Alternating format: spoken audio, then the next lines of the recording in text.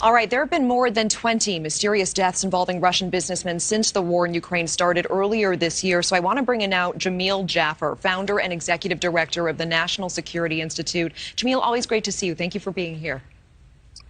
Thanks for having me, Natasha. Jamil, I'm hoping we can just level here for a moment. Is there anyone who actually believes these people are falling out of windows? I mean, it's hard to believe, right? I mean, the list of folks that Kelly laid out there is extensive, and they all seem to have suffered from a similar problem. They can't seem to keep their balance at the edge of a window, on a balcony. A few of them died of mysterious heart attacks or strokes, some in the same parties. And they all share another common trait, which is they've criticized Putin's war or have undermined him domestically. And so it seems unlikely that these are all happenstance and just coincidences. Yeah, and we're tracking more than 20 prominent Russian figures, many of them in oil or gas, dying under strange circumstances this year. Is Putin trying to send a message? And if so, is he not succeeding if these deaths just keep happening? It's a great question. You know, he clearly is trying to send a message that people who are disloyal to him will reach an untimely fate.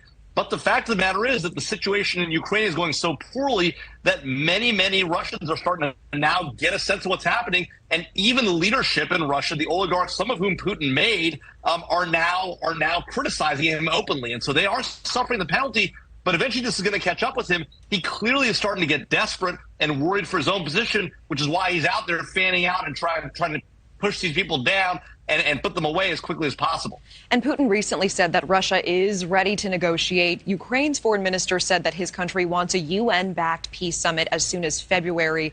Is peace, or at least a ceasefire, within reach?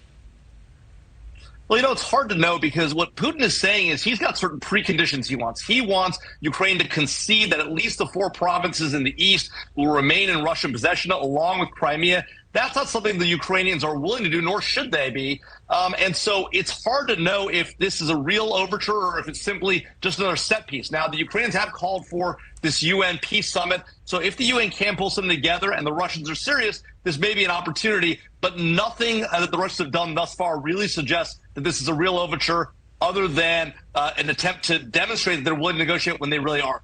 Yeah. Okay, Jamil Jaffer, certainly appreciate the context. Thank you so much for your time. Thanks.